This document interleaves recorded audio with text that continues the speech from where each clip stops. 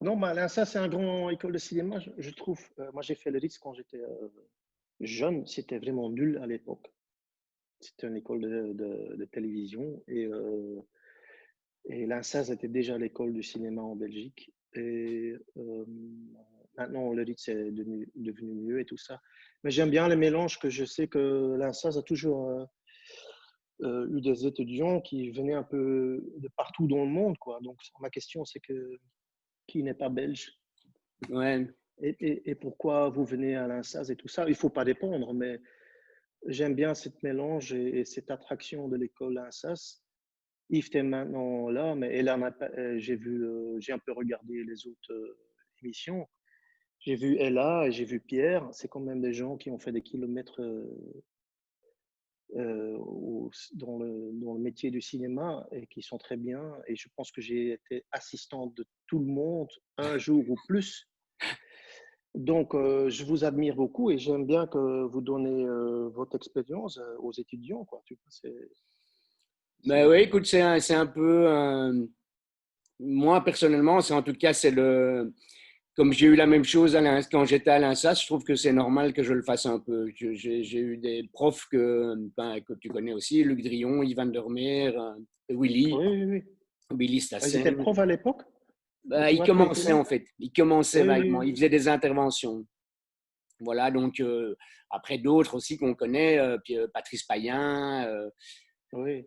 euh, voilà, mais donc c'est un juste retour, je trouve, de ce que ces écoles. Même, il y a, ben écoute, Angela, c'est super. Moi, que je trouve qu'il y a des Flamands, des Néerlandophones, disons, qui viennent faire leur master à l'INSA, je trouve ça super. Bon, après, il y a toujours eu de tradition, pas mal de Français. Ouais. Marie, tu es française, non? Mathilde, tu es belge, hein? Mathilde, elle est française. Ulysse, t'es belge. Et voilà. Romuald, voilà. Oui. Mathéo, il est mexicain. Et Armel, tu es quoi? Belge. Voilà. Bah donc, tu vois, Mais dans le fond, on s'en fout, hein. Je sais qu'on oui, s'en oui, fout. oui, bien sûr, bien sûr. Mais c'est juste agréable de voir qu'une école de cinéma attire des gens un peu partout dans le monde, quoi. Je trouve que c'est vraiment magnifique quand on peut partager des trucs, quoi. Bon, le cinéma, on croit que c'est un grand truc. Peut-être c'est pas un grand truc. Je sais toujours pas. Ce qu'on fait. Un jour, j'ai pris l'avion. Je vole souvent avec Air France ou KLM et j'étais à côté d'un monsieur dans l'avion et il était en train de lire un livre d'art. Et puis je pensais qu'il y avait des problèmes avec des connexions et tout ça. Et moi, j'étais en train de lire un scénario. Donc, tout de suite, ouais, tu lis un scénario, tu prends le papier, ou je ne sais plus si c'était sur mon iPad ou un papier. Je pense que c'était sur mon iPad. Et, le mec me disait, c'est un Américain qui parlait bien le français. Et il me disait qu'il venait de Toulouse. Et il allait à Los Angeles. Et à un moment, il me dit, je fais le même métier, je suis dans le même métier que toi parce que quand tu vois un scénario, tu vois que c'est un truc de cinéma, quoi. Et c'était Tom Stern Ah ouais. qui était à côté de moi et on a commencé à parler. Et j'ai dit, comment même, tu travailles avec Clint Eastwood parce qu'il ne sait plus quel film qu'il allait commencer. Clint Eastwood n'aime pas voyager en avion, il a peur. Je pense que c'était des Sniper. American Sniper, c'est ça le titre? American Je sais plus. Sniper, ouais. Oui, c'était celui-là. Et ils ont tout tourné à Californie, dans le désert, parce que c'est le désert ici. Et à un moment, je me dis, écoute, je crois que à un moment, il y a quelqu'un qui va me taper sur mon dos et qui va dire, tu connais rien, c'est tout une blague ce que tu fais. Et je me dis, oui, j'ai ça aussi, que j'ai pas l'impression que je connais quelque chose. On est des artisans et on travaille et je pense qu'on est bien en ce qu'on fait parce que toi, tu travailles encore, moi je travaille aussi. C'est un truc artisanal qu'on fait. Et c'était très marrant d'entendre ça de Tom Stern. Et, euh, et puis je dis, comment, il a 80 ans, Clint Eastwood, comment il fait toujours? Puis il me dit, écoute, he's eating well, and his libido is very high. Et quoi? Et quoi? Son libido est Ah oui, ah oui, ah oui. very high. Donc, il a une bonne vie, quoi, hein, tu vois. Mais je l'admire, hein, Clint Eastwood, quand il fait un film, je le regarde, ils sont pas tous aussi. C'est comme Fellini, tous ses films n'étaient pas aussi bien non plus. C'est comme tous les grands réalisateurs, c'est pas. Mais ils ont un truc. Tu vois un film de Clint Eastwood, tu vois un David Lynch, tu vois un Fellini, c'est fantastique. Tu vois un Giannoli, qui est-ce qu'on a en France? Il y a beaucoup de gens comme ça, tu vois, ils ont la patte de faire leurs films et c'est ça que j'aime dans le cinéma, c'est tous ces gens qui t'inspirent. Un jour, j'étais à côté dans l'avion avec David Lynch aussi, par hasard. Et non, j'aime le cinéma en fait, c'est tout. Je sais toujours pas comment le faire. J'essaye. Et il faut juste se laisser aller, quoi. Tu vois, c'est juste. C'est difficile, c'est technique, mais c'est pas technique. Faut trouver la balance, quoi, en fait.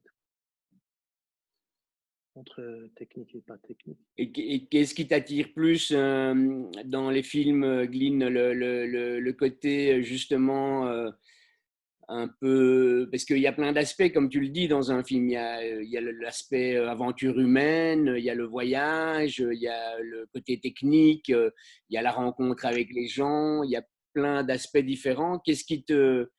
C'est Tout plutôt... ce que tu as dit. Tout ce que tu as Hein? dit. Oui, c'est ça. Tout ce que... En fait, non, tu lis un scénario et il faut avoir l'envie de le faire. Et la raison, ça peut être un truc technique ou pas. Il y a,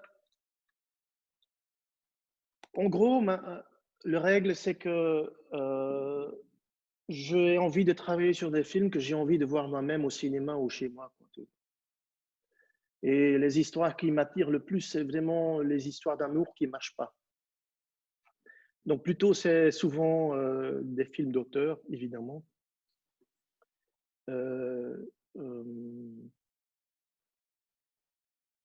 Non, ou bien n'importe. C'est quand tu lis un script, ça doit te plaire. Et il ne faut pas oublier que des fois, on fait un film ou qu'on travaille parce il faut qu'on vit. Donc, on paye la maison ou qu'on peut manger et des choses comme ça. Donc, c'est aussi un aspect financier quand même qui est important des fois parce que si on ne travaille pas, ben, des fois, on prend des films et voilà. Mais non, non. Moi, j'ai Mais commencé en fait. Oui. toi, tu as eu quand même la chance, depuis le début, de faire les films que tu as envie de faire. Tu n'as jamais dû aller vraiment vers des choses que tu n'avais pas vraiment envie de faire, si je ne me trompe pas. Oui, c'est ça, mais quand même, des fois, on fait des erreurs. Tu vois, on ne sait Oui. jamais. Mais en gros, moi, je suis né à Nieuport, à côte belge, Mhm. donc 16 km de la frontière française. Et donc, euh, mes parents, ben, moi, je suis flamand, mais mon grand-père a vécu la Première Guerre mondiale, mes parents la Deuxième Guerre, donc avec les V1 et V2 qui passaient. Donc tous les moments de Christmas, allez, Nouvel An et Ouais. tout ça, j'entendais toujours les histoires de la guerre, tu vois. Et mon grand-père, qui a vécu la Première Guerre mondiale, c'était un menuisier. Et après la Deuxième Guerre mondiale, il faisait du pont funèbre. Donc, il avait un magasin à Nieuport, c'est une petite ville de 5000 habitants. Il avait son magasin de pompes funèbres. Et quand j'étais enfant, mes parents, le dimanche, ils me déposaient chez lui. Donc, il avait son magasin avec les cercueils, avec ma soeur, on jouait dedans. Mais il avait un copain à un bloc plus loin qui avait un cinéma qui s'appelait le Ritz. Et à gauche, tu avais toutes les photos des Walt Disney et des films de l'époque. Et à droite, parce qu'il n'y avait pas encore des VHS et à Newport, il n'y avait pas des boîtes de putes, peut-être il y en avait un. Donc, il y avait les photos de femmes nues avec des étoiles sur leur téton. Donc, à 10 heures le soir, il y avait des films de cul qui passaient dans le cinéma. Et mon grand-père, c'était son meilleur copain du cinéma. Les dimanches, il remplaçait le projectionniste. Donc, tous les dimanches, j'allais au cinéma. Donc, j'ai vu tous les Bruce Lee, tous les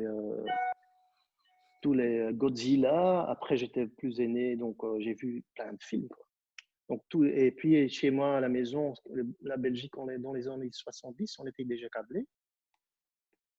Je crois en télévision, on avait BBC, ITV, Channel 4, les chaînes français, allemands, hollandais, tout ça. Donc, mais chez nous, on regardait que des films. En fait, j'ai regardé que des films dans ma jeunesse. Et ça a continué comme ça.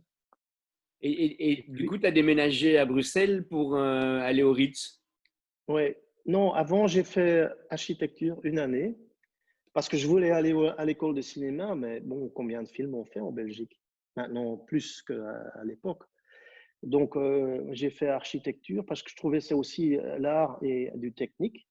Et c'est très similaire aux écoles de cinéma, je trouve, un peu Mhm. technique et l'art.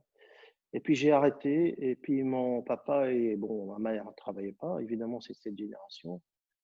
Mon papa était instituteur, donc il n'avait pas beaucoup de blé. Il ne voulait plus que je recommence. Et puis j'ai dit, je vais aller faire mon premier choix. Donc je suis allé au Ritz. Mais c'était tellement nul à l'époque. Si j'aurais été au Ritz d'abord, je serais architecte maintenant. Ouais. Ouais, mais bon, c'est comme ça que la vie se passe. Et puis j'ai eu la chance quand je sortais de l'école, je pense que j'étais un jour sur le film de Jaco, Ouais, ouais, ouais. que j'ai aidé Didier Flatteur. Et moi, je t'ai vu travailler, tu étais un canon, quoi. Je me dis, putain, ce qu'il fait. Et voilà. Et puis le VTM a commencé. Quand je sortais de l'école, soudainement, ça a fait un boom, quoi. Tu vois. Il y a des gens qui sont. Et j'ai surtout, pour dire aux étudiants, j'ai fait beaucoup de courts-métrages. Bon, je pense une vingtaine ou plus. Et puis, il y avait les festivals à Bruxelles, ça marchait. Et, on tournait tous en pellicule. Et comme c'était des films d'étudiants, on faisait du non-bleach, on faisait du cross-processing. Cross-processing, c'est l'hectachrome que tu mets dans un bain négatif. Je mettais un film, j'ai mis le négatif dans un bain positif. Et blablabla. Bla, bla, bla, bla. Il y a même un film qu'on a mis du colorant dans un bain et on a mis une fois que le négatif était exposé, parce que c'était un court métrage sur un truc de Tchernobyl. Donc on a mis des colorants dans un bain, on a mis tout le négatif dedans et puis après on a fait des prints en positif. Et c'était intéressant. Et on a fait que ça. Et puis à un moment, il y a quelqu'un qui a vu un court métrage que j'ai fait qui s'appelle Le Ping et qu'il m'a demandé quand j'avais 28 ans. Le film s'est fait quand j'avais 30 ans et voilà, ping, c'était parti. Mais j'étais pas, j'étais un assistant. J'ai beaucoup appris en faisant électro parce que je me souviens à cause de ça qu'il n'y a pas seulement un projet, mais il y a des câbles qui suivent. Que la nuit, quand tu roules des câbles, des fois, tu as de la merde sur ton dos. Et tu vois ce qui se passe sur un plateau. Comme assistant, la même chose. Faire le point, c'est vraiment très difficile. C'est énorme parce que quand c'est flou, tout le monde le voit. Quand tu mets une mauvaise lumière, tu peux dire, bon, c'est une choix artistique. Euh, non, j'ai beaucoup appris et je pense que tout le monde doit passer un peu tous les caps pour y arriver. Mais si tu as envie d'être chef op, il faut y aller. Faut pas avoir peur. Le problème, c'est que ces jours-ci, ben, on fait que 20 films par an en Belgique, peut-être 25. Belges, hein. Il y a des films français ou étrangers qui se font. Il faut y aller. Mais moi, j'ai tout de suite senti quand je devenais chef-op, c'était mon truc, quoi. Je me sentais beaucoup plus à l'aise d'être chef-op que d'être électro et tout ça. Parce que, oui, c'est un truc, il faut maîtriser ton métier, quoi. Tu vois, oui, non, je sentais, c'est un peu ça, je pense. Pour tous les étudiants, vas-y, hein. Saute, hein. Est-ce que Parce que donc on a un peu tous vu différents films là. On a un peu. Moi, j'ai regardé. J'avais vu Marguerite, mais je me suis remis dans l'œil et j'ai regardé La Promesse de l'Aube. J'ai regardé un petit peu de Ex-Drummer. Oui. Est-ce que quelqu'un veut commencer avec une question à propos d'un film? Qui se lance? Marie. Mais alors moi j'aurais plutôt, pardon, voilà c'est bon. J'aurais plus une question générale avant par rapport à ce que tu as dit, Glyn. Oui. C'était, tu parlais de comment tu avais expérimenté avec la pellicule. Voilà, tous les différents bains et tout que tu as fait. Et moi, je voulais savoir du coup comment tu expérimentais maintenant avec le digital. Pas. Non, c'est ça le problème. On tourne tous avec le même capteur. Et qu'est-ce qu'on peut faire avec ça? J'ai rien contre, hein. Non, maintenant, c'est en général, bon, avec les films avec un peu de budget, donc comme Marguerite, bon, Marguerite, c'était pas un si grand budget, mais quand même, je pense La Promesse de l'Aube, c'était 17 millions. Moi, et j'ai eu ça un peu en habitant ici. Il y a Dan Skinner que j'ai rencontré sur les pubs, qui est un peu le DIT de Konji, qui fait beaucoup de films de lui. Donc, je prends un DIT et en fait, c'est le labo sur place. Et en Belgique, c'est pas dans les budgets. Et vous faites des downloads des cartes sur l'ordinateur, il n'y a rien qui se passe, et vous envoyez la carte, la disque dure au labo où ils font un étalonnage. Si tu as un vrai DIT, une vraie station, ils font tout. C'est le labo sur place. Mais il y a je vais utiliser le mot parce que je suis flamand, donc je ne connais pas les mots en français subtils. Il y a une magouille qui fait que les labos, ils veulent survivre. Donc, ils veulent faire ce travail de labo, mais on peut tout faire sur le plateau. Et ce n'est pas difficile. Il y a des ordinateurs. C'est un Apple avec un disque dur qui est vite, donc c'est le disque dur le plus cher, pas le chip que toujours les producteurs achètent, mais tu achètes un disque dur qui va vite, avec un câble qui va vite, donc les downloads vont vite. Et sur le plateau, je demande du live grade. C'est quoi du live grade? C'est que moi et le réal, bon, les grands films et le chef-op qui a son nom, mais il y a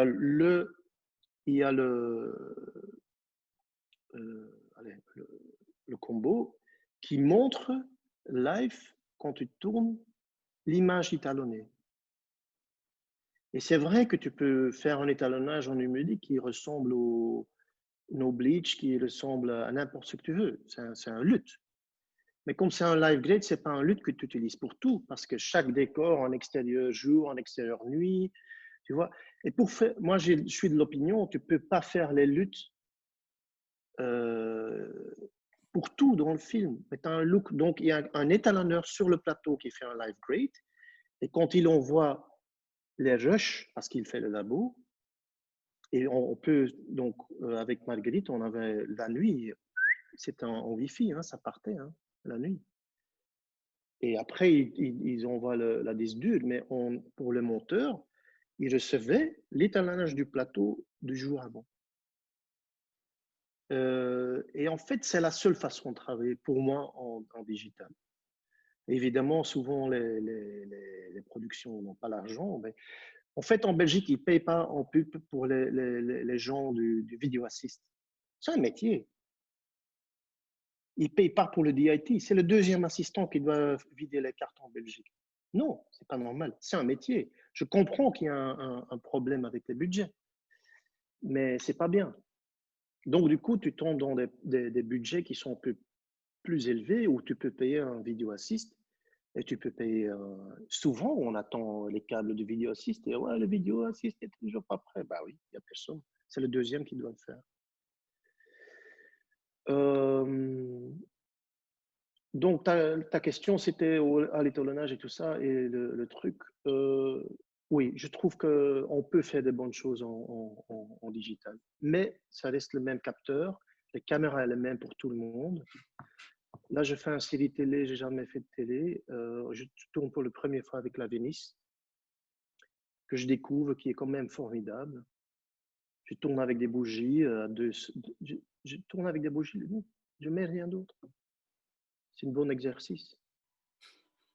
Mais comme Benoît Deby disait, parce que j'ai regardé un peu, c'était vraiment long, il a tout à fait raison avec les couleurs et tout. Il y a une texture, il y a un truc qui est formidable.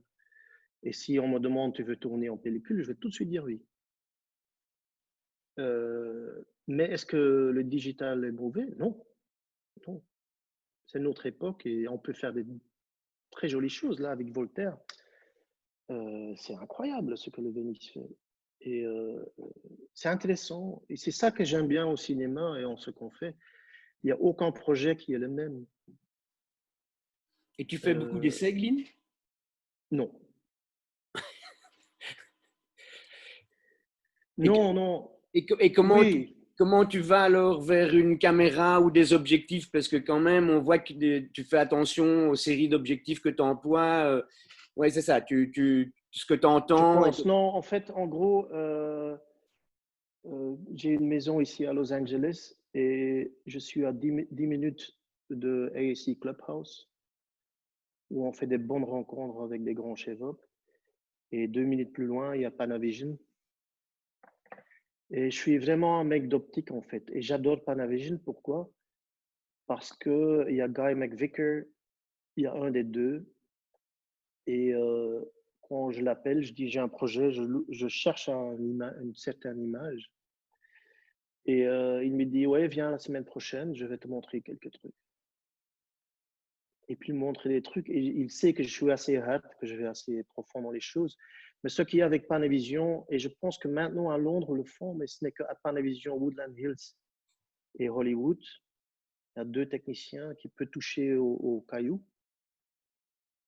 À Paris, ils ne peuvent pas, quand c'est Panavision, Ouais. marqué sur le. Et puis maintenant, j'ai compris qu'ils le font à Londres parce que Panavision Paris est soumis à Londres, donc c'est Londres qui gère tout en Europe. Donc j'y vais. Ils me montrent des objectifs et ils font des trucs à l'intérieur des objectifs. Marguerite, ils ont un CLC, ils l'ont bidouillé avec des. Ils disent pas ce qu'ils font, c'est leur secret. Mais maintenant, ils ont truc. Ils ont 3 paramètres qui peuvent changer. Tu regardes dans l'objectif, tu vois des points dedans. En fait, à l'intérieur de l'objectif, ils mettent des filtres. Ouais, ils jouent Et sur les du coup, lentilles, ouais, sur les espaces et tout ça. et sur n'importe quelle lentille qu'ils ont. Et Marguerite, par exemple, parce que justement, comme je regardais ça tout à l'heure, Ouais, c'est donc une série C, ça. C'est une série C rebidouillée par Panavision. ouais, mais vraiment trash, trash, trash. Ouais. Et donc, comme je suis ici, je vais chez eux, ils me montrent quelques trucs, je vais assez vite. Ouais, je fais des tests, donc oui, je fais des tests. Et puis je dis, ouais, c'est ça. Et puis ils ont envoyé à Paris pour Marguerite. On a tourné à Prague. Et c'est pour ça que j'aime Panavision. Donc du coup, il y a comme un système en France qui est, j'aime pas. C'est qu'un truc financier, c'est que beaucoup de boîtes de production ont des liens avec des boîtes de l'Équateur. Donc je pense qu'il y a un bidouille d'argent quand même. Ils ont un bac chiche qui revient à la fin de l'année. Donc, des fois, tu fais un film français et puis le producteur dit oui, tu dois travailler avec TSF ou tu dois travailler avec tel ou avec Nextshot. Et tu es obligé de travailler avec eux. Donc, tu n'as pas le choix de tes objectifs. Et mais on a qui ont leur deal avec Panavision, mais des fois, j'arrive pas. Et puis, le problème avec les objectifs normaux, il y en a beaucoup qui sont bien, on les connaît tous. Hein.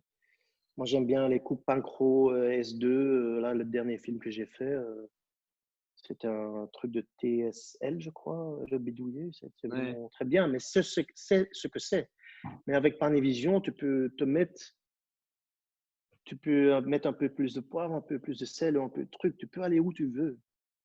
Et c'est difficile de trouver les techniciens d'objectifs qui connaissent leur métier. Donc, du coup, comme je travaille avec Nextshot sur ce que je fais maintenant, ils ont acheté pour moi, parce que je voulais une image quand même assez sharp, piquée. Et on est allé à Berlin parce qu'il y a un technicien, donc on a pris les Signature Primes parce qu'on a tourné avec le B900 Large Format.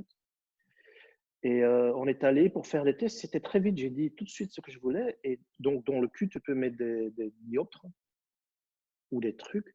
Et il a préparé. Et en gros, ce que je fais souvent, et je vois ça, c'est un tic de moi avec Marguerite.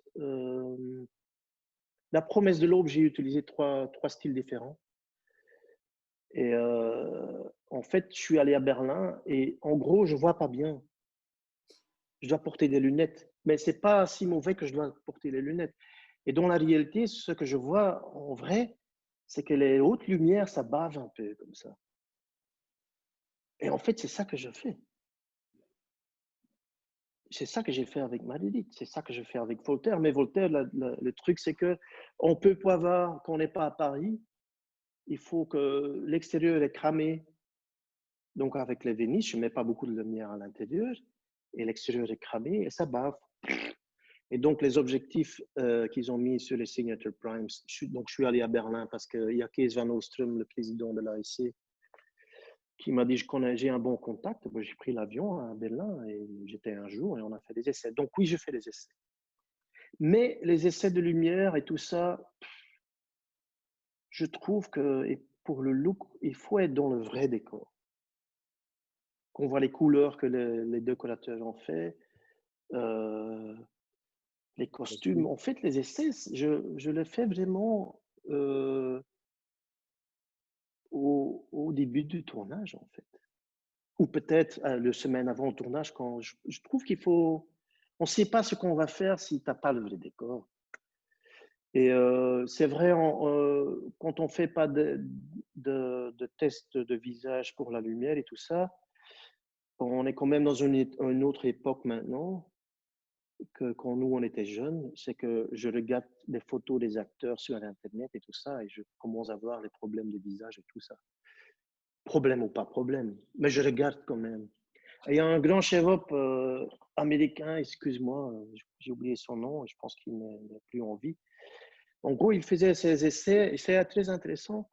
Il faisait des essais pour les visages des acteurs. Il disait, je vais filmer, je vais montrer ça à personne, ça reste entre nous. Il prenait juste une ampoule sur un bâton et puis bouger la lumière, comme ça. Donc, en gros, il faut voir les défauts. Des fois, en stand-in, je préfère avoir un visage marqué qu'un stand-in qui est plus lisse que l'actrice ou l'acteur. Un peu comme les fameux essais de Romy Schneider, là, où au début, oui. moment, il balade le projecteur Oui. droite-gauche, quoi, pour voir un peu qu'est-ce que ça fait sur son visage, quoi. Je t'avais montré, j'avais envoyé le lien, non? De Oui, de Romy de... Schneider, justement, je pense, Oui, non? c'est ça. Oui, tout à fait. Non, c'est fantastique. C'est un truc qu'ils ont tourné en 65. Le film s'est jamais fait. Donc, du coup, j'ai envoyé ça aux étudiants parce que je trouve que ça a été une comédie, hein. Moonwalker, c'est pas un grand film du genre que ça c'est pas un grand budget, tout ça. C'est une comédie. Mais on s'est fait quand même inspirer par ces essais de Romy Schneider. On a fait toute une scène là-dessus. Et j'ai joué avec les lumières, j'ai tourné les lumières comme ça aussi. J'ai mis, Romy Schneider, ils n'ont pas fait, j'ai mis un vitre devant la caméra, on a laissé couler de l'eau dessus, donc ça faisait le truc aussi. Et les essais de Romy Schneider, c'était à l'envers, bon, et ça marche. Donc, les trucs d'inspiration, ça vient des conneries comme ça, quoi. Et Sud Marguerite, c'était très simple, hein. Xavier voulait tourner en noir et blanc. Quel chef-op ne veut pas tourner en noir et blanc? Qui dit non? Et parce que tout de suite, je t'ai envoyé le petit truc, parce que j'ai regardé des images de l'époque où le film se jouait, des photos fantastiques noir et blanc de Roeningen. Formidable. Et puis, de nouveau, je prends l'avion, Air France, je prends un journal en papier, tu vois, comme d'hab. Et il y a une photo de Roeningen de Coco Chanel coloré en main. Et je me dis, c'est ça qu'on doit faire. Et Xavier, il suit, il a confiance dans ses chevaux. Et du coup, c'était pas un film en noir et blanc. Sinon, Marguerite, c'était en noir et blanc. Avec des Master Prime, probablement, très piqués. Ben non, j'ai vu une photo dans le monde quand j'ai pris l'avion. La même chose avec La Promesse de l'Aube, on a quand même fait 3 différents styles. Moi, je voulais faire le début du film en noir et blanc 16 mm, 1.33. Et Eric Barbier m'a dit non, les spectateurs ne vont pas prendre ça, que tu changes format et couleur et tout ça. Mais il a tort parce que, hey, Patrick, et, c'est le papa, un très bon chef aussi. Il peut se mettre à côté de sa fille, ça sera formidable. Invite-le. Bah ouais. Et il n'a pas voulu parce qu'il dit les gens ne vont pas accepter. Mais je dis les jeunes, tout le monde regarde MTV. Alors MTV, ça n'existait pas, mais on prend tout, on peut tout faire. Et du coup, on est resté, j'étais en Alexa. J'ai fait ça de nouveau avec les objectifs sphériques très bidouillés chez Panavision Hollywood. Vraiment délavés, c'était vraiment des objectifs de mètre, mais ça donnait le look. Puis quand ils arrivent à Nice, on était en Primo 70, grand format, avec une autre monture. J'ai oublié le nom. Et puis, au moment qu'il est adulte et qu'il va à la guerre et tout ça, on était en anamorphique G. Donc, on a quand même. Et j'aime bien ça. Donc, oui, je suis un mec d'objectif un peu. Oui, parce que tu fais ça souvent, parce que tu avais fait ça sur le film de Xavier qui se passe sur le Oui, pont. à l'origine. Oui, tu avais aussi changé, tu étais passé Oui, du oui, oui, oui. numérique de Bah, 40. il voulait faire tout à l'épaule. Et non, donc on a commencé sphérique, un peu épaule comme ça, c'était 35. Et, et puis j'ai basculé de nouveau et j'avais un objectif, parce que c'était TSF, un objectif pourri, un zoom. Je mettais mes doigts, pas mes doigts, mais je mettais souvent des tapes. Même le plan que j'aime le plus sur Marguerite, c'était, je peux te montrer la photo de l'objectif, il y avait des tapes devant, hein. Il y avait un petit trou comme ça, hein, pour le point. Et puis, ça donne des aberrations, quoi. Et donc, à cause de ça, Panavision a fait un truc en plastique avec un trou dedans que tu peux caler sur l'objectif. Et oui, c'était quoi la question? Oui, oui, non, tu aimes bien jouer avec les différents objectifs, etc. Oui. Non, j'ai changé avec, cours de oui, route, c'était ouais. ça. À l'origine, j'ai changé en anamorphique. C'était les V-Light de Ok. Vantage. Et j'aime bien, tu vois. Toi, tu vas voir, parce que et les étudiants aussi, parce que vous êtes des professionnels. Mais les gens vont pas voir, mais ils vont sentir le truc. Je suis 100% sûr. Oui, c'est sûr. Si tu commences à l'épaule, un truc bidouillé, truc, et puis après tu mets des caméras posées en anamorphique ou des trucs. Et puis Gianoli, bon, c'est quand même, il regarde 3 films ou 4 films par jour, hein. C'est quelqu'un qui connaît le cinéma par cœur, hein. C'est quelque chose. Et puis il me dit, écoute, Glyn, sur le chantier, là, on va faire Otto et Mezzo de Fellini. Donc, soudainement, il y a des échafaudages. Ah Ça oui. coûte rien, hein, en décor. Il ne m'a pas dit il faut mettre des lumières, des ampoules dedans. J'ai mis des ampoules, comment on dit ça en anglais? On dit des string lights, allez, des guirlandes. En fait, Ouais, des guirlandes, hein. on a mis 200 mètres de guirlandes. Ça coûte rien. Et tu sais quoi? Ça fait l'affaire. Puis j'ai mis ça n'existait pas encore, c'était les débuts des boules sur pied des chantiers. Les lumières, c'était pas hélium parce qu'ils sont sur un pied. Je pense qu'on a eu 1 ou 2 hélium quand même. Ça fait l'affaire. Et puis tu as eu le bout. la boue, la boue. Ouais, ouais. Et les camions qui passent dans la pluie, mais c'était une galère. On a dépassé 1 mois sur le chantier. 1 mois. Et on a tourné en hiver au nord de la France. On avait 7 heures de jour et on devait aller bouffer 1 heure. Donc, ça veut dire qu'on n'avait que 6 heures de tournage. Et c'était un truc militaire. On était tous dans la boue. C'était incroyable. On n'a jamais vu ça. C'était les galères. Mais tu sais quoi? La production a perdu beaucoup d'argent, mais ça se voit à l'image. Ouais, Tu ouais. sens que l'équipe et tout le monde était dans la merde, dans la boue. C'était incroyable. Un jour, on devait faire la pluie. Ça ne marchait pas parce que c'était gelé. Les grues pouvaient même plus bouger. Voilà, je parle trop, non? Non, non, non. Ça On va leur demander des questions. Marie, ça répond. Marguerite, moi je me posais juste comme question, est-ce que les photos de Catherine Fro, c'est toi qui les Ouais. as faites du coup? Non, non, non. En gros, on avait 3 jours avant le tournage, ils ont fait des essais de costumes. Et au même moment, on avait un photographe qui était là pour faire les photos. Et moi, j'étais présent, évidemment, donc j'ai aidé à éclairer un peu tout ça. Mais Xavier, il est très en détail, quoi. Et des fois, il regarde plus les figurants que les acteurs. Parce qu'il a confiance dans les acteurs. Il choisit quand même les bons acteurs.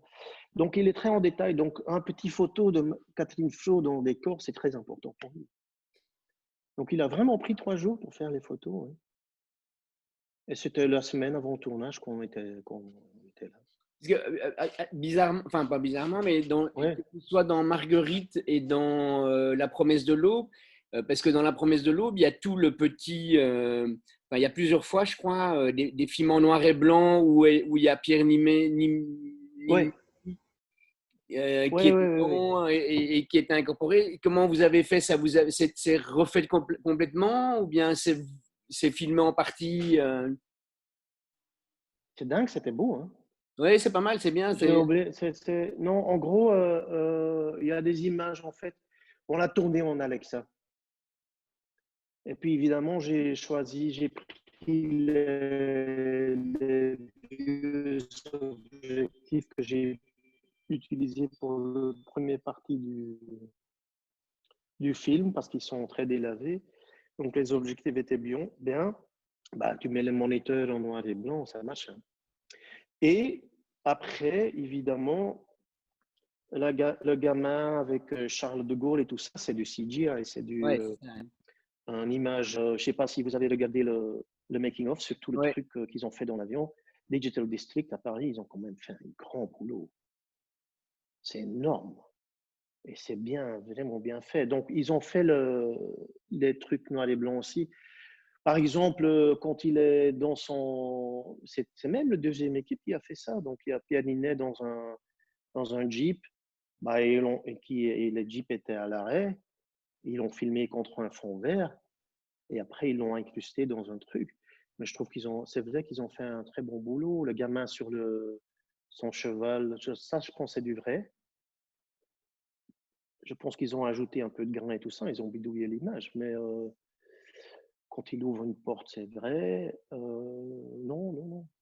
C'est bien fait, oui. Ouais, C'est vrai, du si. mais même toute la bataille aérienne, enfin les batailles Non, c'est aériennes. incroyable. Oui, C'est incroyable. Bon, c'est juste un avion sur un gimbal qu'ils ont fabriqué en oui, Belgique. C'est pas comme ici, mais bon, c'était bien fait. Donc, c'est juste contre un fond bleu et l'avion bouge un peu, quoi. Et évidemment, il y a un petit vis avant, il y a les storyboards. ouais. Non, non, je suis vraiment bien. Les photos de Catherine Fro. Ok. Alors, d'autres questions? Salut Léora. Bonjour, moi j'ai une question. Salut Alors, Laure. Pardon. Salut Glyn. En fait, salut Laure. j'aimerais bien que tu nous parles de Ex-Drummer Mhm. et et de cette expérience de manière générale, de son réalisateur, mais aussi, est-ce que tu penses qu'un tel film serait possible aujourd'hui, soit Oui, pour toi, soit pour le cinéma belge? oui, pour tout le monde. En gros, j'ai commencé en fiction et puis à un moment, j'en avais marre parce que toutes les femmes me quittaient. Et bon, j'ai eu des mauvaises expériences où les tournages ne se passaient pas bien, tu n'es pas bien payé, puis ta femme te quitte et tout ça. Puis j'ai dit à un moment, il faut que j'arrête un peu, quoi. Donc j'ai arrêté pendant 5 ans de faire des fictions et je me suis lancé en pub. Et puis j'ai recommencé avec un film ici en Amérique, un petit film. Et puis il y avait un ami qui s'appelle Koen Mortier, qui est de ma génération, un peu la génération punk, parce que j'ai grandi comme adolescent dans les années 70, 80. Et bon, le punk, c'était du punk. Et puis, c'est un livre de Herman Brusselmans qui s'appelle Ex-Drummer, que Koen Mortier a filmé. Et c'était vraiment un peu l'esprit punk. Et on a tourné ça pour, je pense que le budget était 200 000 euros. Ouais, Voilà, et ça s'est fait. On l'a tourné en 21 jours et la décision qu'on avait prise, bon, évidemment 16 mm à l'époque parce que c'était le moins cher, et qu'on ne mettait pas de lumière. Donc en gros, on venait dans des lieux architecturaux. Donc en gros, toutes les maisons, au milieu d'une pièce, il y a une ampoule. Donc on mettait une ampoule et c'était ça. Et j'avais dit au chef électro, on ne met pas de drapeau, rien du tout. Donc pour les pêcheman et tout ça, vas-y. Hein. Et à l'épaule, il y avait des pêches, des ombres de pêche, des trucs comme ça. Et puis le réal était fâché qu'il y avait d'ombres de pêche. Et les pauvres, ils étaient pour rien. Et, mais ça a donné le look. Et puis, Koen est assez visuellement intéressant. C'est qu'on avait une maison, il avait trouvé une maison à Ostende, parce que presque tout s'est tourné là. À la côte belge, Ostende, je pense que tout est tourné là. Et Koen, Et, il est de la côte belge aussi, Koen? non, je pense qu'il vient de la Flandre de l'Ouest. Ben, tout coup, ouais, il avait soudainement tous des acteurs qui parlaient le patois de ces régions, quoi. Et ils sont tous devenus des grands, quand même quelques-uns sont devenus des grands acteurs belges. Et, il avait l'idée fantastique. On avait une maison qu'ils allaient casser l'année après. Et il avait l'idée, et comme toutes les maisons, tous les appartements sont les mêmes. Donc il avait un appartement normal, et puis l'étage plus haut, il avait collé tous les meubles au plafond. Et puis les lampes au sol, visées en haut, avec des moulures. Et moi, je prenais juste la caméra, mais à l'envers. Donc, il n'y a rien de post-production. Je prenais juste la caméra à l'envers. Donc, quand on était dans l'appartement, soi-disant qu'il marche sur le truc, j'avais juste la caméra à l'envers. Et ça, c'est le génie de Koen qui a des idées. C'est un peu comme Gondry, en fait. C'est des conneries comme ça qui font marcher les choses et ça coûte rien. Surtout quand tu as une maison que tu dois démolir. La scène de lit que le mec était au plafond, ils ont évidemment, le lit était au plafond. Moi, j'avais la caméra à l'envers. Et il était attaché avec des sangles. Donc, ils ont fait des trous du plafond plus haut pour le sangler au lit. Mais comme l'appartement a été détruit, ils ont fait des trous au sol ou au plafond, en fait. Et au sol de l'appartement là-haut. Et voilà. Donc, c'est tout simple. Et aujourd'hui, évidemment, tu peux faire des films comme ça. Je sais, moi j'étais à l'école, je suis un peu vieux, mais nous on faisait 1 ou 2 courts-métrages par an et tout ça, mais maintenant vous avez les DSLR, vous avez tous votre Apple et tout ça, vous pouvez faire beaucoup plus de films que nous on pouvait à l'époque, donc c'est fantastique. Donc oui, Laure, oui, on peut toujours faire des films comme ça, oui, évidemment. Même mieux qu'à l'époque. Mais je veux dire, toi, si on te proposait un scénario comme ça, aussi punk, avec un budget de 200 000 euros, est-ce que tu le ferais? Oui. Est-ce que ça t'intéresserait toujours ou est-ce que c'était une folie de jeunesse? Bah, ça peut être une folie de vieillesse aussi, hein. Là, j'ai fait un film en Belgique qui s'appelle Rookie. Et bah, c'était un budget de 5 millions, mais finalement, c'était un budget d'1,5 million. On allait suivre les motards avec des hélicoptères et des Russian Army et tout ça. Bah, on n'a pas fait, hein. Il n'y avait pas l'argent. Donc, on allait tourner en Panavision. Finalement, le réal, il a acheté son propre caméra et ses propres objectifs. Et on a fait le film, mais pour aller vite, tout était à l'épaule. Tu vois, un look de film, et c'était pas mauvais. Tu vois, j'ai rien contre. C'est juste, oui, 1 an avant qu'un film commence, on se dit, ouais, on va le faire comme ça, et puis ça change. En gros, moi, je déteste les prépas. J'aime pas. Quand je lis un scénario et quand je fais les découpages avec un réal, le premier truc que je mets sur le premier page, je mets toujours chant contre chiant. Je mets et talking heads. En gros, c'est vrai, c'est la langage, on fait des chants contre chants. Mais si tu vois un film que tu sais déjà, il y a un film qui a gagné un César, je ne vais pas citer le nom, mais je regarde ça avec ma femme. Je dis, un plan lâche, medium, série, tout le film. C'est pas du cinéma. Mais l'histoire est peut-être bien. Donc c'est très difficile, mais j'écris ça toujours, chant contre chiant, et je sais qu'on le fait, et talking heads. Parce que chaque fois quand un acteur parle, on doit le filmer. Non. Pourquoi? Pourquoi on doit filmer quelqu'un qui parle? Michael Haneke, Woody Allen, ils font pas ça. Woody Allen, il y a beaucoup de voix off. Allez, un acteur qui est hors champ qui parle, t'entends l'histoire, on entend ce qu'il dit. Pourquoi on doit le filmer? Donc, 95% des films,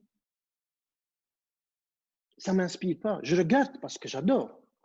Mais tu vois, les découpages, la plupart des films que je vois, c'est souvent les découpages des étudiants de première année de l'école. Parce qu'évidemment, il faut apprendre ce qui sont les axes, ce que sont les objectifs et tout ça. Mais ça devient chiant. Donc, chant contre chiant, je le mets toujours. C'est un bagarre que je fais, mais ce n'est pas un bagarre, j'accepte. Mais non, quand je vois un film qui ne fait pas ça, je sais pas. Tu vois, j'ai vu quand même les deux films que je préfère cette année. J'ai beaucoup aimé The Joker parce que j'habite en Amérique et je trouve que c'est un bon épique sur Batman et que c'est quand même une très grande euh, parole contre Trump et qu'il dit quand même que les riches n'ont pas d'empathie pour les pauvres et en plus le mec il est malade dans sa tête donc j'ai beaucoup aimé ce film et visuellement, je trouve que c'était très intéressant. Mais le film que j'ai préféré le plus, c'est The Two Popes. C'est que ce film a vraiment visuellement, ben voilà, je ne savais pas ce que visuellement l'autre plan serait. Et c'est intéressant de faire ce travail, je trouve. Mais des fois, il faut être simple. On fait un plan large, 2 acteurs qui parlent, c'est bien, le caméra ne bouge pas. J'ai vu une liste de. Ici, en Amérique, il y a 1 an, ils ont donné une liste de 100 meilleurs films de l'année. Je ne sais même pas quel journal l'a fait. 15e place. J'avais jamais vu le film. Jamais.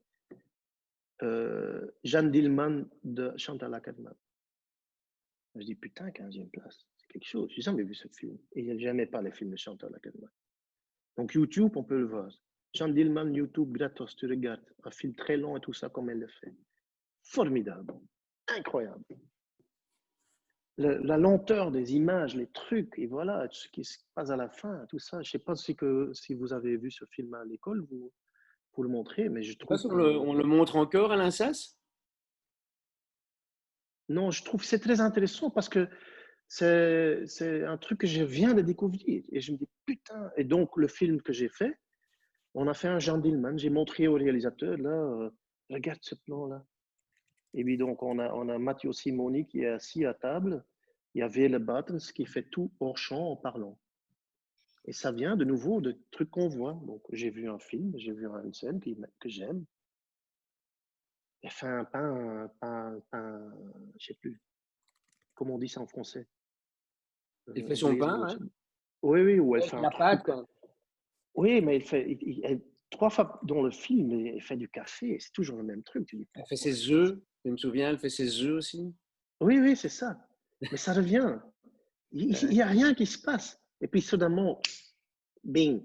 Non, non, c'est génial, ce film. Donc, du coup, bah, je regarde beaucoup de films, c'est vrai. C'est bizarre parce que quand même, au fur et à mesure des conversations qu'on a avec différentes Ouais. personnes, c'est une chose qui revient quand même assez souvent, que ce langage chant contre chant, plan large, qui était tellement... mais plus personne n'aime ça en fait, plus personne Mais n'aime. on le fait. Oui, oui, oui, bien sûr. C'est Ouais. avec un réel, on le fait. Et Ouais. il manque toujours un plan. Bah, peut-être il faut faire ce truc. Giannoli, il est très, très, très sur le close-up et il y a les techniciens qui disent on va faire une chute pour faire des inserts sur le truc. Mais quand tu vois à l'origine, tous les inserts qu'on a filmés, c'est dans le film. Allez, pas tous, hein, évidemment. Mais ça raconte quelque chose. Mhm. Oui, mais les chants contre chants, c'est vrai. J'ai regardé un peu Benoît, c'est vrai qu'il fait beaucoup à l'épaule et voilà. Il a sa réal avec qui il travaille. Mais il faut avoir une spontanéité. C'est pour ça que j'aime bien le Two Popes. J'ai regardé ce film, il faut que je le revoie. C'est quand même pas des jeunes non plus, hein, le réal et le chef-op brésilien. Excusez-moi que j'ai oublié leur nom maintenant. C'est des grands maîtres, je dis. C'est juste. Oui, c'est. Est-ce que quelqu'un a une question?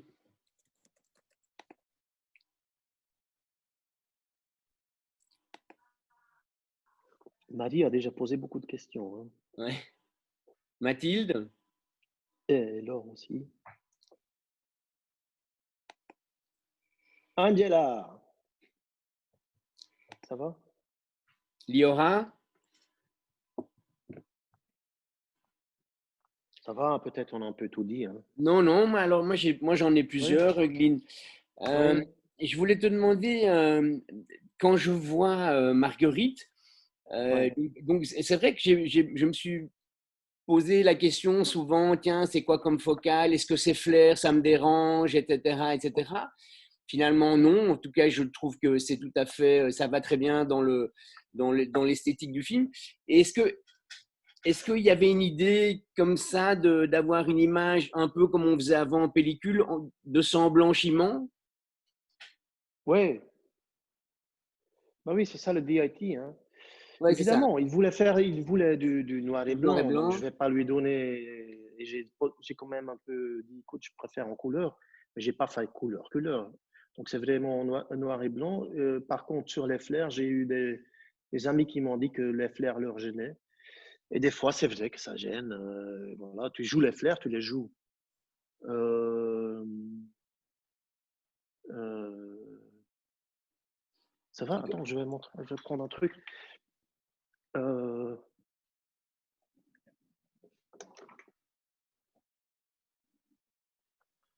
ça, c'est un photo d'un photo d'un photo. En fait, ça, c'est le DIT qui a fait Ah oui.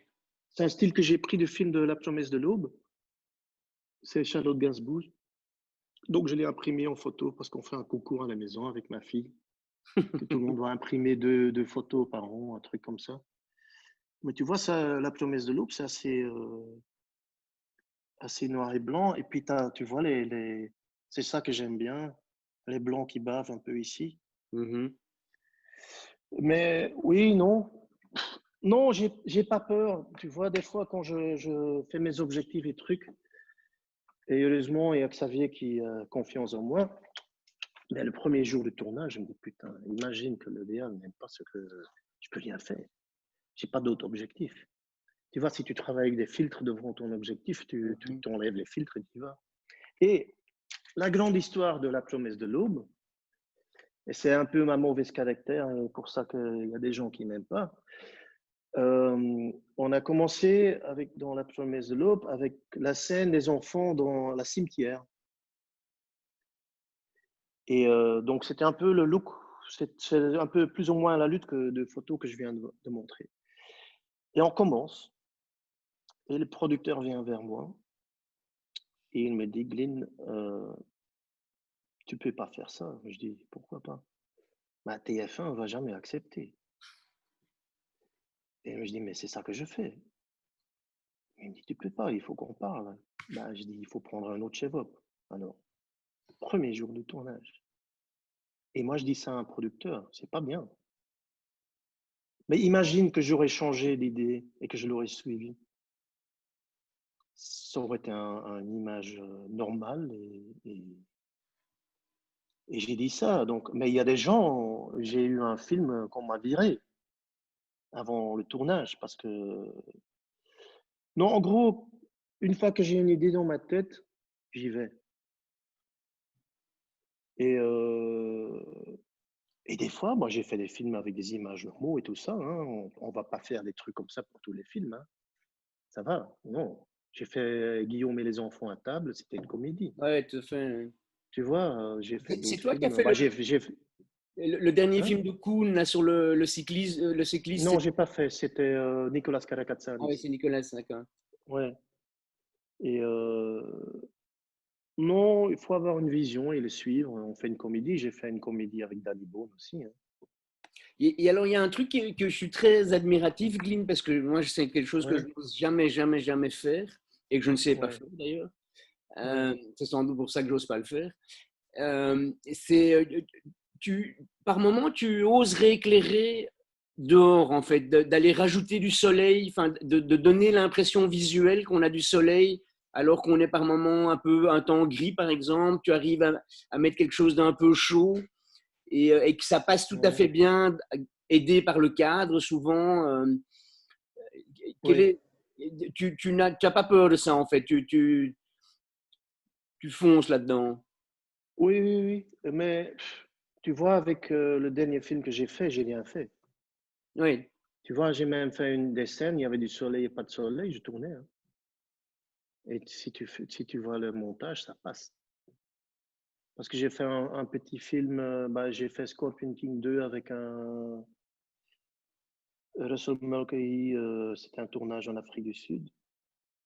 Et il me disait, il y a personne. Je dis, on ne peut pas tourner, il n'y a pas de soleil. Il me dit, il n'y a personne qui va voir ça. Bah, j'ai tourné, le patron m'a dit que je dois tourner, je tourne. Hein. Bah, en fait, tu sais, une fois dans le montage. Bah, ce que j'aime bien faire, en fait, tu vois, on est en extérieur avec les chefs électro, ils sont là, on regarde dedans. Mais j'aime bien qu'ils regardent parce que je veux savoir quel diable que je dois mettre. Mais ce que j'adore le plus, c'est de commencer à tourner avant que les nuages sont partis ou de tourner encore quand les nuages arrivent. Parce ouais. qu'on ne fait pas des photos, on fait du moving pictures, on appelle ça. C'est des images qui bougent. Et c'est très beau que quand tu... Elle est très beau, moi j'aime bien. Qu'à un moment, tu filmes un acteur dans le soleil, un nuage qui vient et tu continues à tourner. Et puis tu coupes et il y a de nouveau le soleil. On s'en fout. Euh, ça marche bien. J'aime bien c'est ça. Moi, en extérieur, j'adore quand il y a des nuages que je peux tourner le changement de lumière. Et puis, je dois savoir à l'avant parce que comme ça, je sais où je dois mettre un peu mon diaph. Tu vois, parce que dans le monde, ben, on sait que le soleil avec un 800 ISO, partout dans le monde, c'est 64 ASA. Hein. C'est dire 64. Hein. On sait quand il y a de soleil. Quand je fais un contre-jour avec le soleil qui vient, j'ouvre un diaph, je ne sonne même pas moi. J'utilise toujours ma cellule. Parce que la nuit ou n'importe, des fois, tu es fatigué, tu ne vois pas. Je fais toujours, à l'intérieur aussi, j'utilise toujours ma cellule. En film, je suis toujours en spotnet. Parce que comme ça, tu peux voir tes noirs et tes blancs. Mais moi, j'ai un moniteur que j'ai moi-même, qui est c'est celui de Transvideo. Donc, je mets le point, c'est un ligne, et je mets le point du Transvideo qui est au milieu, bon, le petit cross. Je mets ça dans le ciel, dans les noirs et tout ça, et puis sur le moniteur. Et le waveform, c'est en bas, et puis j'ai mon image en haut.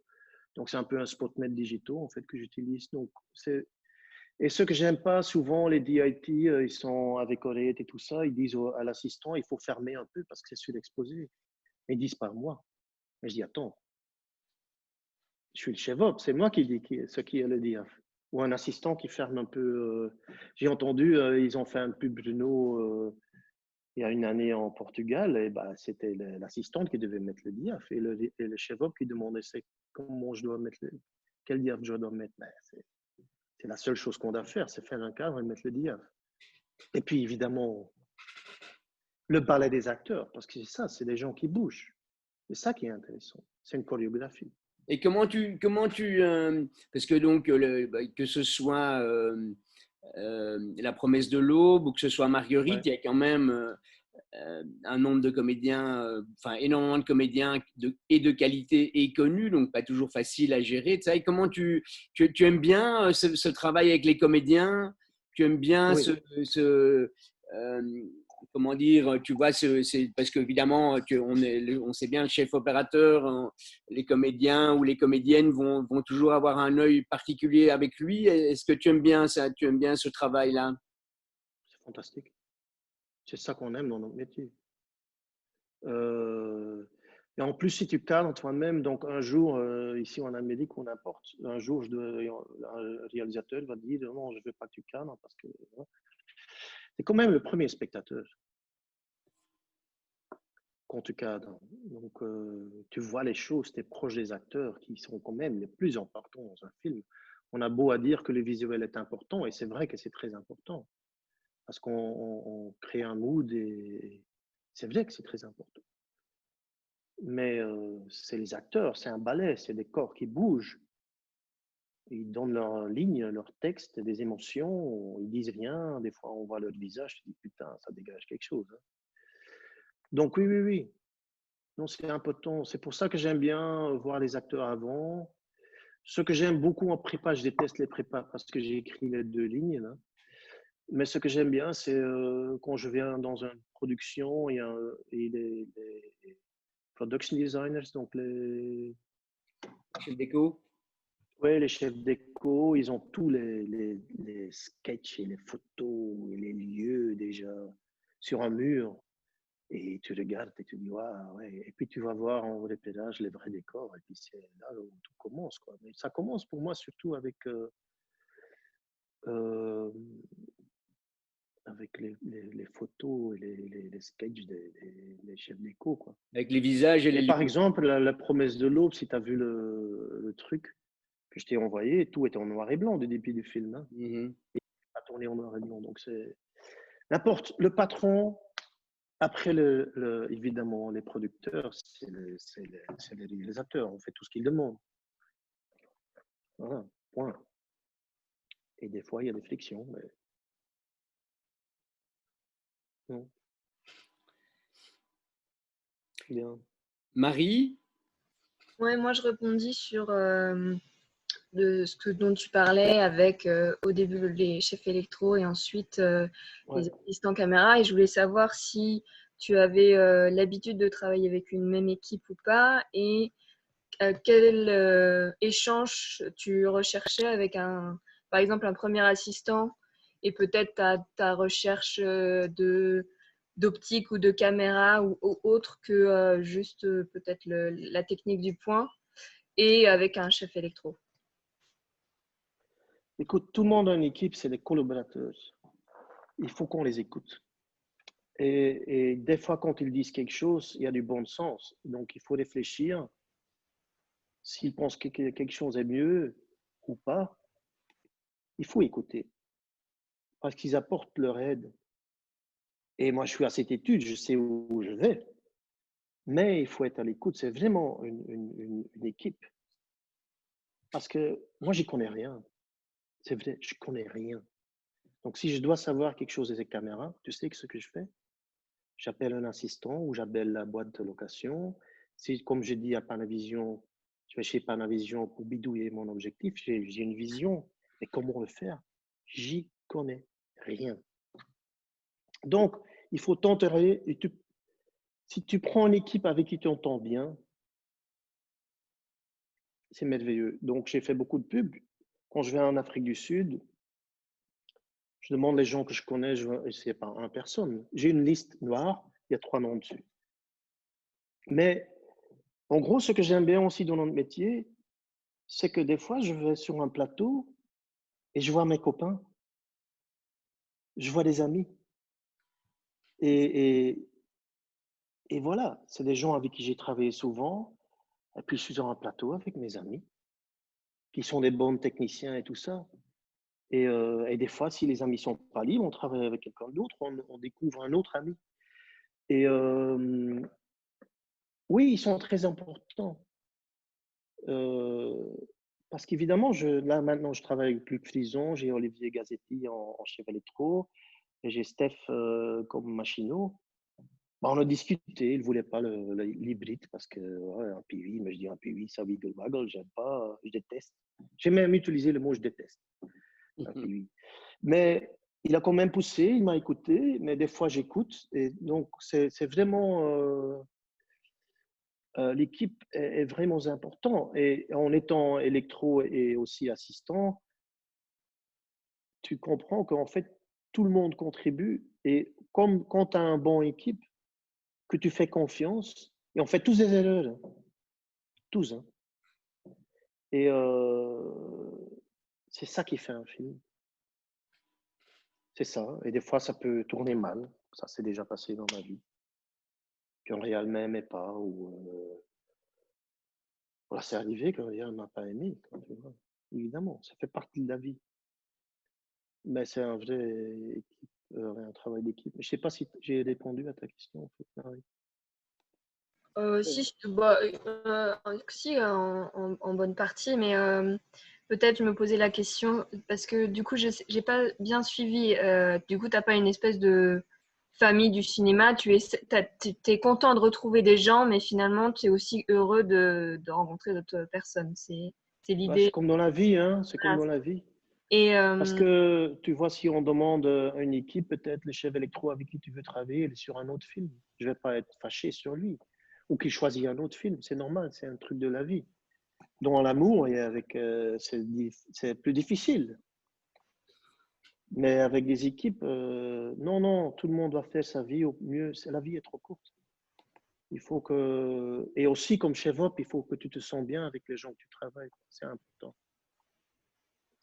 Donc Mais souvent, on te tombe sur les gens que tu aimes bien. Marie Glynn te répondait quand même qu'en Belgique, il travaille globalement avec le même assistant caméra, Luc Frisson, avec qui il travaille depuis 10-15 ans, voire même plus, avec le même chef électro, plus ou moins depuis toujours. En tout cas, la même famille de chefs électro, en tout cas, si c'est pas. Et le même chef machinot, tu vois. Donc Non, je change, ça change beaucoup. Mais tu as un peu raison de dire.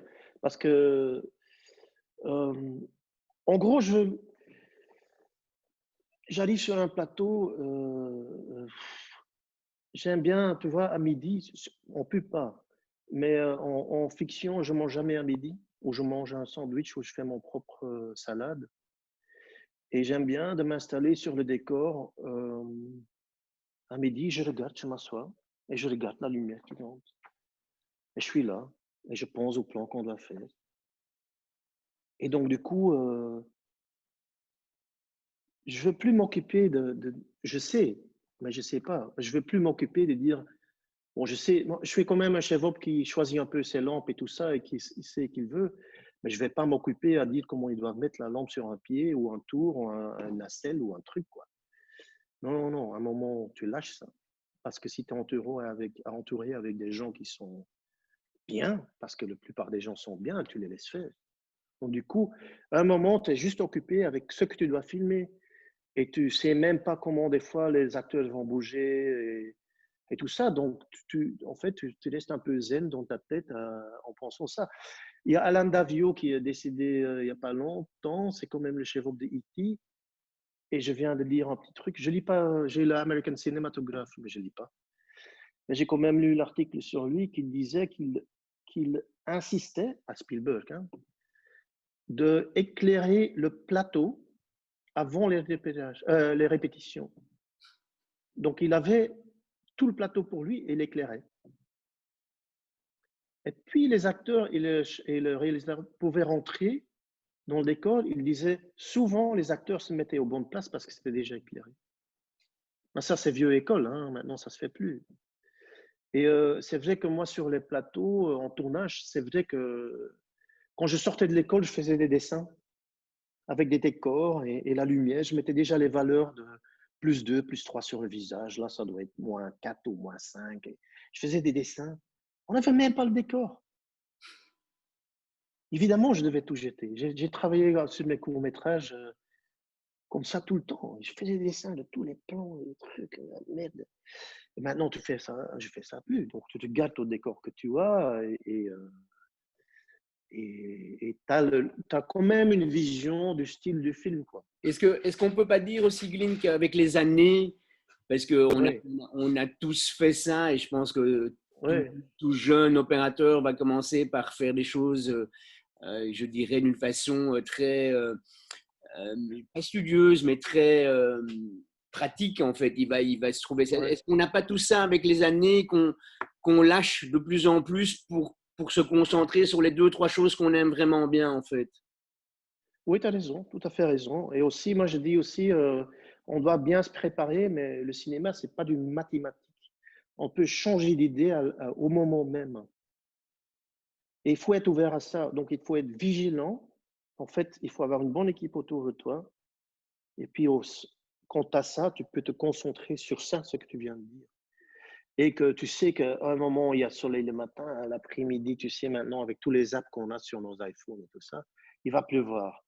Alors, on est à l'intérieur, mais bon, la luminosité sur la vitre, ça va changer, bing, bing, bing, bing. Tu es occupé avec ça.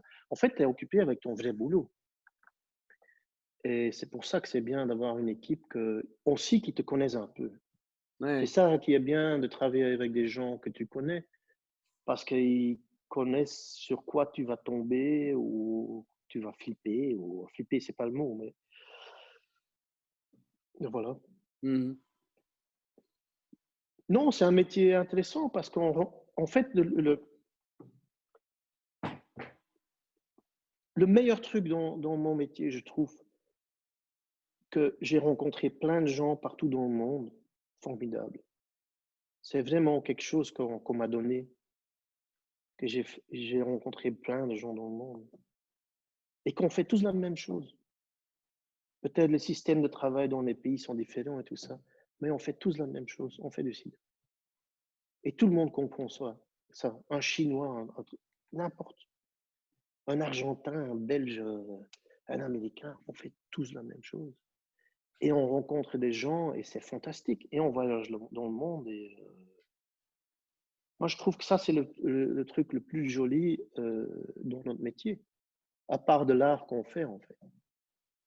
C'est vraiment un truc humain, quoi. Et des fois, on déteste des gens, ben, c'est dans la vie comme ça aussi, hein. Des fois, tu n'aimes pas quelqu'un, ben, tu n'aimes pas quelqu'un, c'est pas la fin du monde, hein. Mais non, c'est vraiment fantastique ce qu'on fait. Donc, je vous souhaite vraiment la meilleure chose aussi, parce que vous choisissez un métier qui est quand même difficile. Et il y a beaucoup d'étudiants qui sortent tous les ans des écoles, mais si tu as une vision sur ce que tu fais et tu aimes les gens. Moi, je sortais de l'école, je pensais non plus que j'allais avoir du boulot, hein. Et regarde, maintenant, j'ai une maison à Los Angeles avec une piscine. Ça veut rien dire, hein. Ça vaut rien, hein. Mais je ne savais pas. Et ça vaut vraiment rien, ça me fait rien. Ça me fait vraiment rien. Mais non, non, bref, faites vos trucs. C'est fantastique.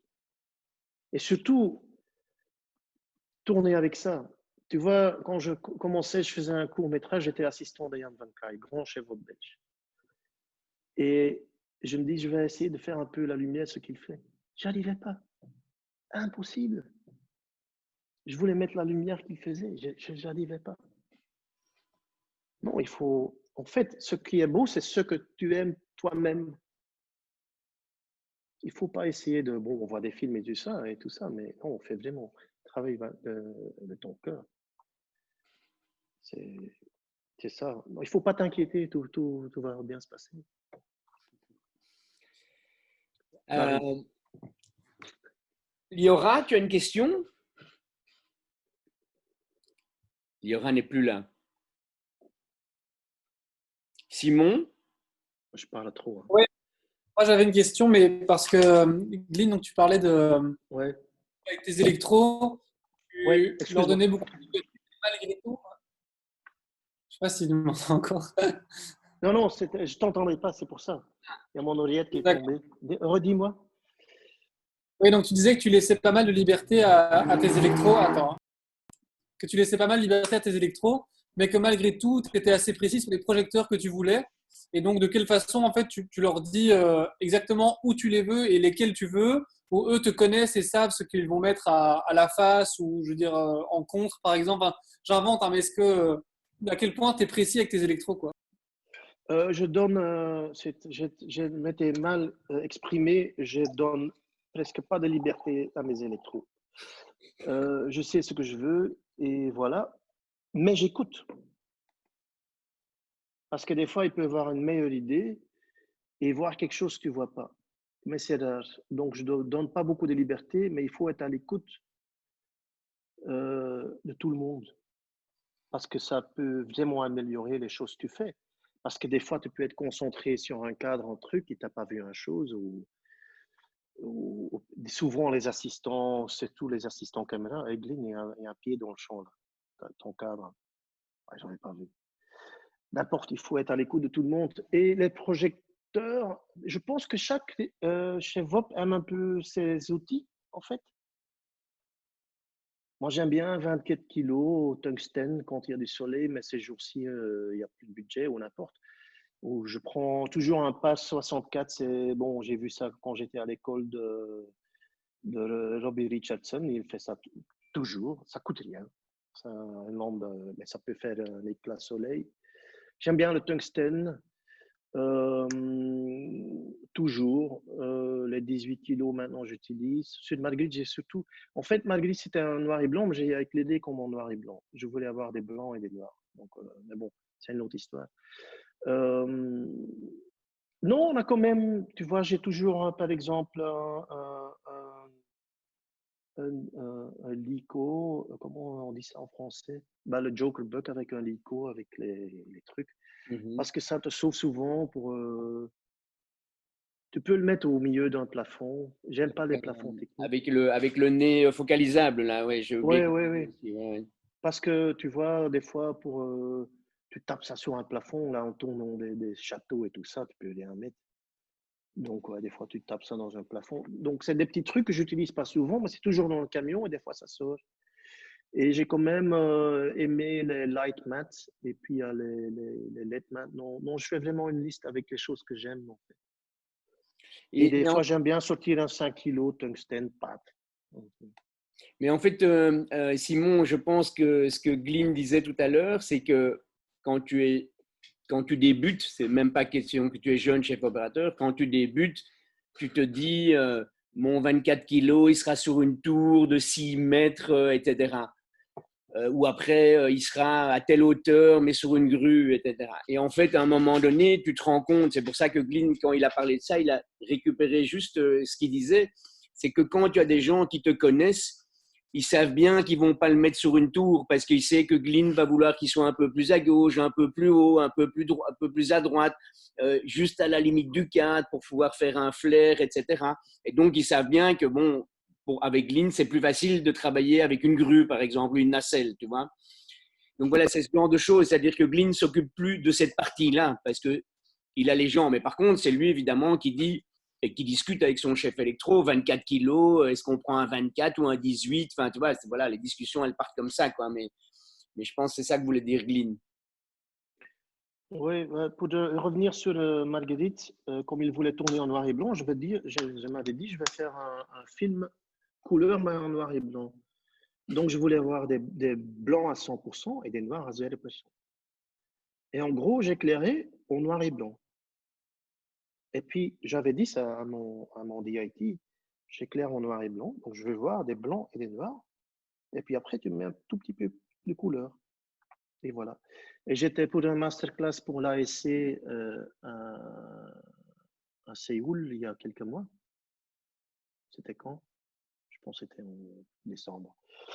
Et, on n'avait rien préparé. Ils disent, ouais, ça va aller, tout ça. Mais à un moment, on est là avec 3 chefs, on devait faire un masterclass. Et puis, j'ai fait l'exercice. J'ai dit, écoute, on va mettre tous les moniteurs en noir et blanc. Je vais éclairer en noir et blanc, donc je vais voir des noirs et des blancs.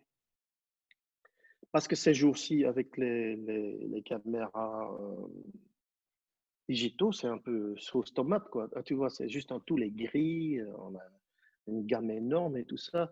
Et beaucoup de réalisateurs, ils aiment plus les autres lumières éclatées ou voilà, parce que soi-disant c'est cramé. Mais non, les noirs et blancs. Si tu fais un noir et blanc à tout et gris, c'est un peu chiant, quoi. Donc il faut faire du noir et blanc. Donc j'ai fait cet exercice et j'ai éclairé noir et blanc, c'était beau. Et puis on a remis la couleur et ça marchait. J'ai mis aucun filtre, voilà, ça marchait, sauf les blancs sur les visages, j'ai un peu diminué parce que ça pétait trop en couleur, mais en noir et blanc, ça marchait. Mais on oublie de penser qu'il y a, avec ces caméras, qu'on peut jouer vraiment sur un contraste dur et tout ça. Beaucoup de films, c'est juste, on voit tout, quoi. Euh, voilà. Ouais, Je Simon. sais pas. Simon, ça te va? Oui, oui, tout à fait. J'ai plein de bruit dans ma cuisine, donc c'est un peu chaud d'allumer mon micro, mais oui. Ça va. Est-ce Ok. qu'on a encore des questions? Elisa? Ah, mais moi, je pensais qu'on pouvait pas poser de questions. Mais évidemment que tu peux poser Ah, des questions, Elisa. Bah, pas spécialement, du coup, parce que j'ai pas spécialement préparé quelque chose, mais voilà. Oui, bien sûr, hein, on peut poser des questions, Elisa. Ça, c'était il y a 5-6 rencontres, on avait dit ça, mais maintenant, on peut poser Bah, des je questions. pensais Tout que le monde c'était peut poser des questions. je pensais que c'était valide pour toutes les réunions, du coup, j'ai pas spécialement préparé. Armel? tout va bien, on a beaucoup parlé, hein. Ouais, ouais, voilà, s'il y a eu, je fais un peu le tour de tout le monde, là, parce que moi, j'ai pas l'écran là, avec tout le monde. Ulysse et tout ça, ça va? Mathéo? Moi, j'ai peut-être une question. Peut-être, tout à l'heure, tu disais que quand au sein d'un même film, il y avait plusieurs atmosphères à retranscrire. Parfois, tu voulais changer de support ou changer même d'optique. Mais est-ce que au niveau du découpage, ça influence si les époques sont différentes? Peut-être filmer les acteurs qui parlent, plus ou moins, selon les. Est-ce qu'il y a des recherches que tu fais si les époques diffèrent vraiment? Peut-être tu peux nous parler de ça. Ça se peut, évidemment.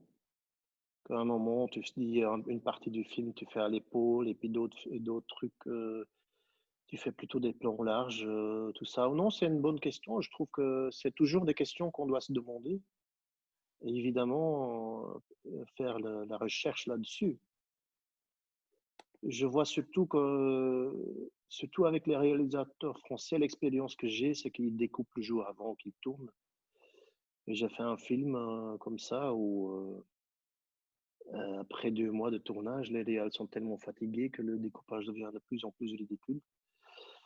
Euh, c'est vraiment un découpage, c'est souvent les réals qui, allez, en France quand même, qui prend ça en main. Mais c'est vrai qu'on on prépare des choses qu'on en parle. De comment, parce que ça influence quand même. Il y a un réal que j'aime beaucoup, c'est quand même Michael Mann. Parce qu'il peut faire un plan à l'épaule, puis après un plan travelling, et puis un plan steadicam, tu sais jamais le plan, quoi. Et des fois, on dit, oh, on va tout faire à l'épaule. Non, non, des fois, c'est bien de faire des trucs à l'épaule, et puis tu fais un plan large, un fixe. Ou... Il n'y a pas de... Et je trouve que Michael Mann, il arrive quand même vraiment bien à mélanger, c'est le bordel. C'est vraiment le bordel. Mais c'est vrai, c'est une démarche à faire. Tu as raison. On a toujours peur hein, de faire ça. De mélanger les choses. Oui, de mélanger les styles. On a toujours. Alors que comme tu viens de dire, c'est idiot parce qu'il y a plein d'exemples qui nous montrent que ça se mélange très bien, mais on a toujours peur de faire ça. Genre, on fait un plan à l'épaule, on Oui, va oui, faire oui. un plan large, on se dit, ah ben non, on va le faire à l'épaule alors qu'il va durer 1 minute et demie et que le cadre va faire comme ça. On aurait mieux fait de se mettre sur un pied, c'est évident. Oui, parce qu'on pense un peu trop. C'est pour Oui, ça qu'il oui, faut on est. regarder les films de Michael Mann. Ouais. Mais je pense que la jeune génération que vous êtes a moins de problèmes avec ça qu'à l'époque. Là, j'ai vu The Big Sleep parce que là, bon, avec le corona, chaque jour, je regarde un film. J'ai revu The Big Sleep, c'est quand même un film noir fantastique. Il y a beaucoup de vieux films qui sont bien, mais c'est vrai que ces jours-ci, on peut mélanger. Mais c'est difficile, c'est vrai, de mettre ça dans ta tête.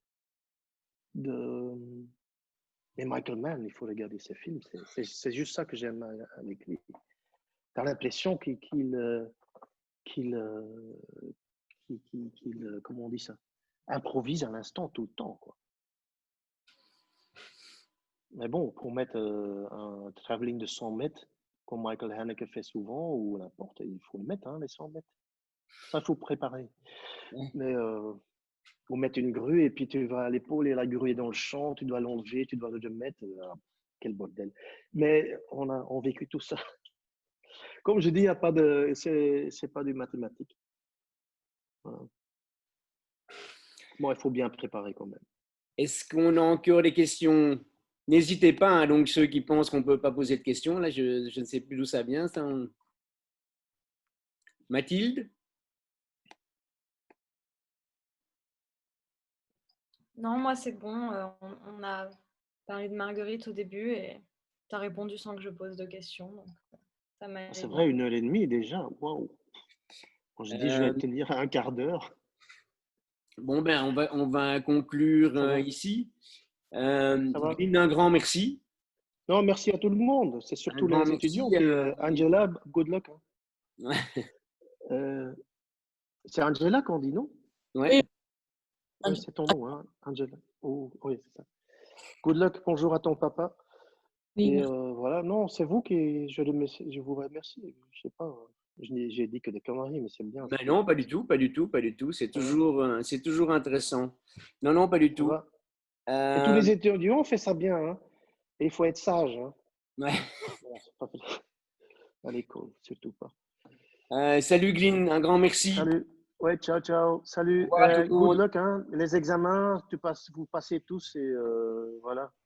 Ouais. Et j'ai vu que Ella a souvent été là et Pierre, vous avez des vrais professeurs qui ont fait beaucoup dans leur vie au cinéma.